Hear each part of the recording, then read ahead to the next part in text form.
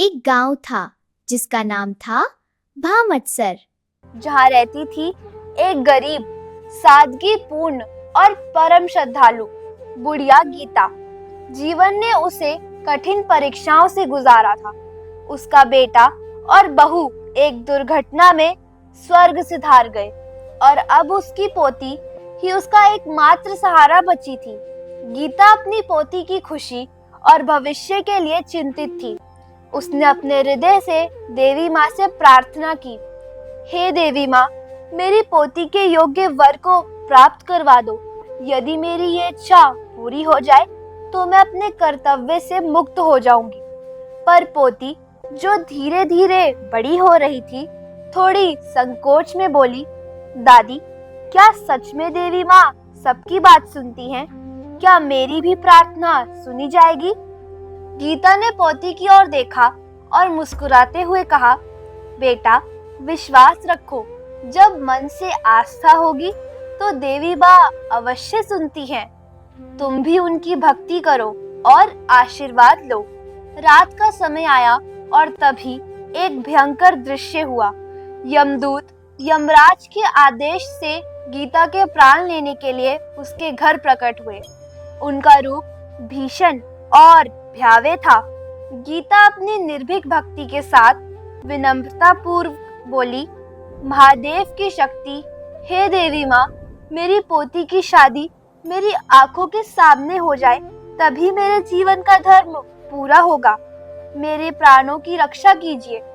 यमदूतों ने उसे समझाने की कोशिश की कि उनके पास यमराज का आदेश है और वह उसके प्राण लेकर ही लौटेंगे।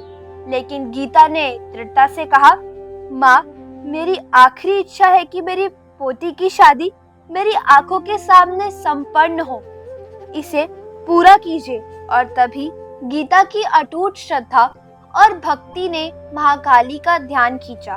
उनके हृदय से निकलती आवाज महाकाली तक पहुंची।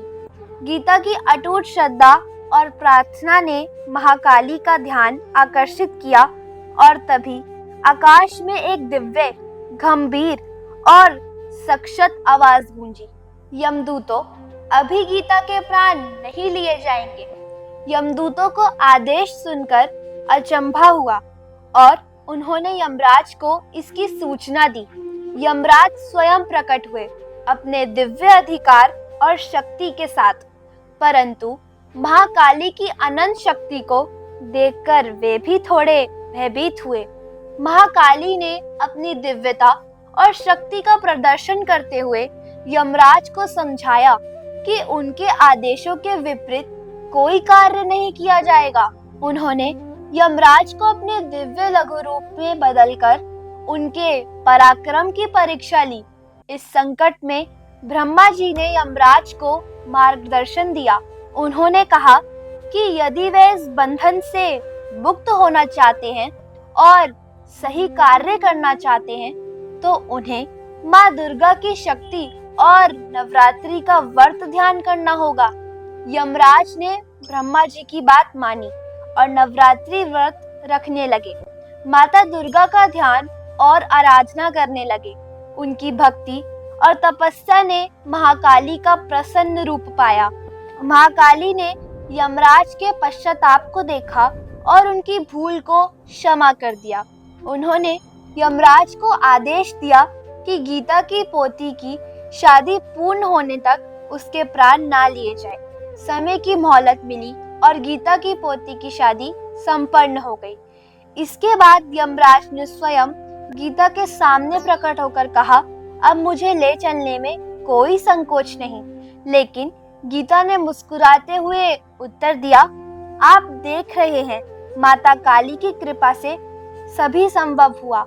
आपकी आज्ञा और शक्ति के आगे मेरा कोई भय नहीं।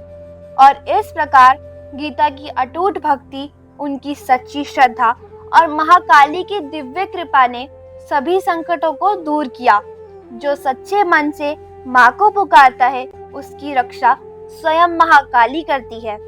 आपने यह भी देखा माँ कैसे अपने अलग अलग रूपों में आकर अपने भक्तों की रक्षा करती है। आशा है आपको कथा पसंद आई होगी। कृपया वीडियो को लाइक करें, चैनल को सब्सक्राइब करें और वीडियो को ज़्यादा से ज़्यादा शेयर करें। सभी को जय माता दी, जय सिया राम।